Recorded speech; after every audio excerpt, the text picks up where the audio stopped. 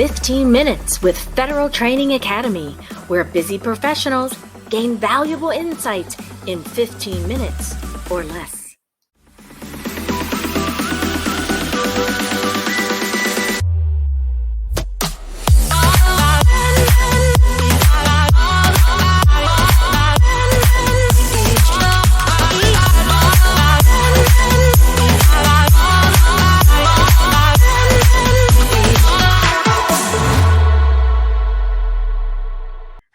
Everyone, welcome to 15 Minutes with Federal Training Academy. I'm really excited and honored to have Love Rutledge here. Love is the host of the Fed Upward podcast, has more than 20 years of experience in the federal government, and is currently the Chief of Staff of the Deputy Assistant Secretary of Defense for Force Readiness.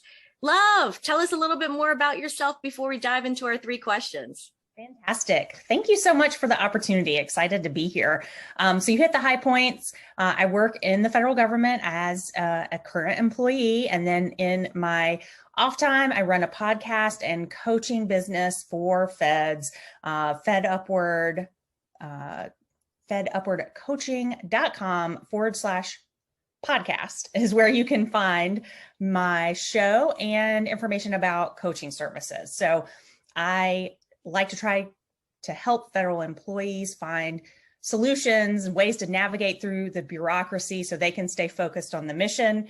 A lot of the same, I think, mindset that you all have at Federal Training Academy. Absolutely. And that's one of the reasons why I'm thrilled to have you here, because as an executive coach and with your extensive background in coaching, that's what I want us to focus on in this particular episode. So one key aspect that I've noticed is many people are interested in coaching, but they also think mentoring and coaching are the same thing. They think there's a direct overlap, but there are distinct differences between the two. So that's my first question. Could you share what some of those differences are? Yeah, absolutely. I'd be happy to. So the main difference is a coach is never going to give you the answer. They're going to work to ask powerful questions to guide you toward development of your goals and solutions that you come up with to achieve those goals. Whereas a mentor is going to say, here's my path, here's what I did, here's what worked, and here's what I recommend for you. So if you are hiring a coach or the government is setting you up in a coaching program, don't expect them to hand you the answers. You're going to have to do the work yourself. And I think the results that you get because of that work that you are doing is all that more powerful because you are co-creating results with your coach.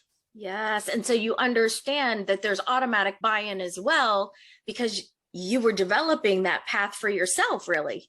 Just absolutely. With an expert guide. Love it. All right, let's do the next question.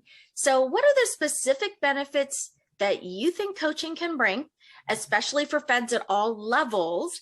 And on top of that, was there any particular real life example, one moment when you were the coach, someone had an aha moment, and you could see the tremendous impact at more than just the individual level? Yeah, absolutely.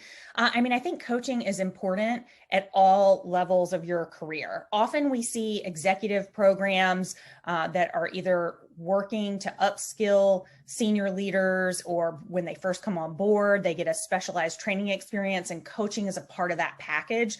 I think we would all be better served if coaching started at lower GS levels in the government so that we were actively setting goals, working with our supervisor and with a coach to figure out where we want to go and really creating that individual development plan and map so that we had targets that we knew we were going to hit. I think a lot of us don't realize until maybe too late in our career that we should have been doing that kind of planning and that kind of work. So first, I want to encourage everybody to get coaching, whether it's with someone like me, with someone from the Federal Training Academy or another outlet, because it can be so powerful in helping you move forward in your career. So in terms of an example where I've seen that aha moment happen, I worked with a client who wanted to move from one agency to another. And she really was holding herself back because she didn't think she had the skills, knowledge, and ability to excel at that next level. And so it didn't have anything to do with her actual qualifications. She had all the qualifications. It was mindset work and convincing her to understand and step into a confident state of mind so that she could believe she was eligible and worthy to apply for that new job, which she ultimately got.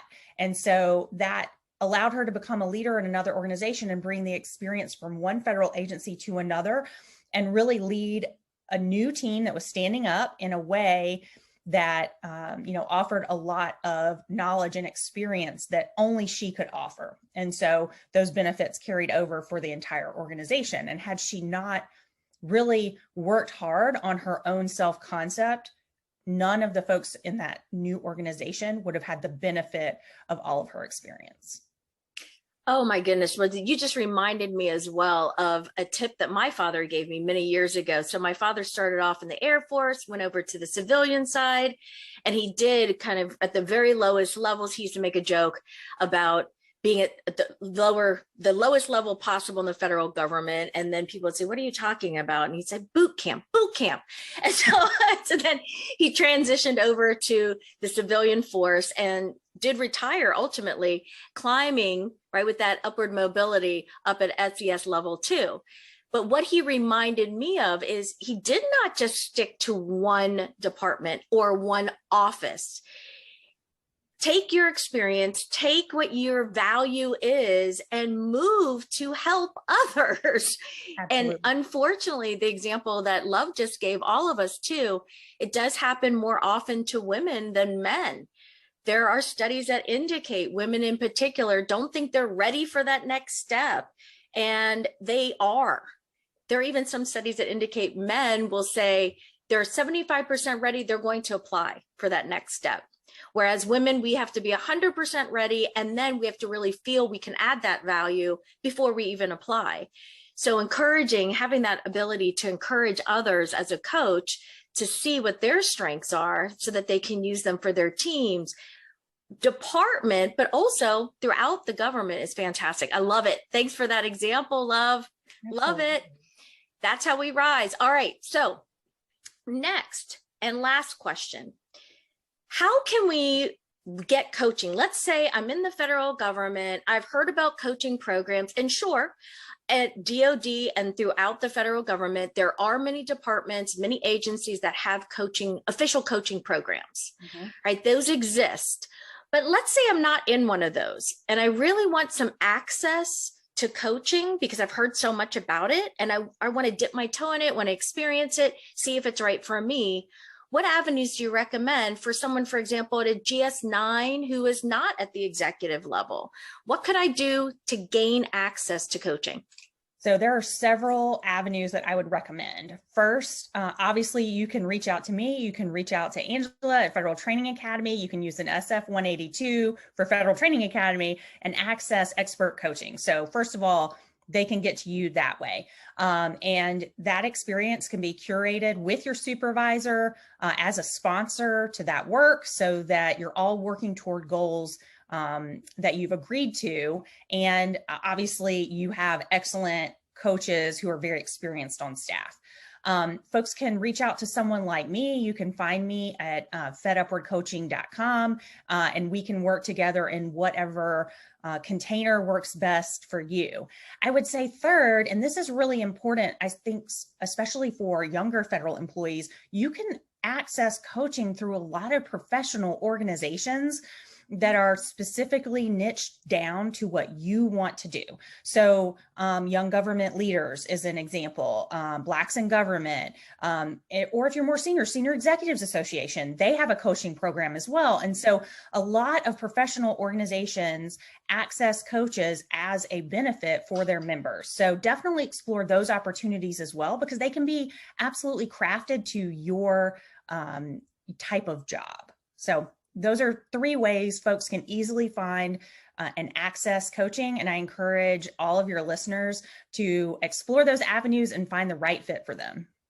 Thank you so much for being with us, Love. What else would you like to add, if anything? I really appreciate you being here. We actually sponsor some of the associations that you just mentioned as well, because we want individuals to have access to their needs within training and coaching and professional development. Is there anything else that you would like to add, Love? Because I'm just so excited that you're here. Let's use a few more minutes. Thank you. I would say the main nugget that I hope your listeners take away is that no one is going to care more about your career and your development and your training than you. Your supervisor, your mentor, your coach, they're all there to help support you. But ultimately, you are in charge of that journey. And you're the only one who's going to consistently be there throughout your entire career. You've got to manage it actively. Federal Training Academy is a great way to get started on that journey. And I hope you'll listen to my podcast. I know I've given the website, but if you're on Spotify, iHeartRadio, or Apple, you can find me by searching Fed Upward Podcast. Fed Upward is all one word. And thanks so much for having me. Thank you. So everyone, own your career, make it happen. Thank you so much for being with us, Love. I really appreciate you and the work that you do to benefit all Feds. Everyone, take a peek at that Fed podcast, the Fed Upward podcast. Free resources for you right there. All right, everyone. Thank you very much for joining us for 15 Minutes with Federal Training Academy and this special coaching edition.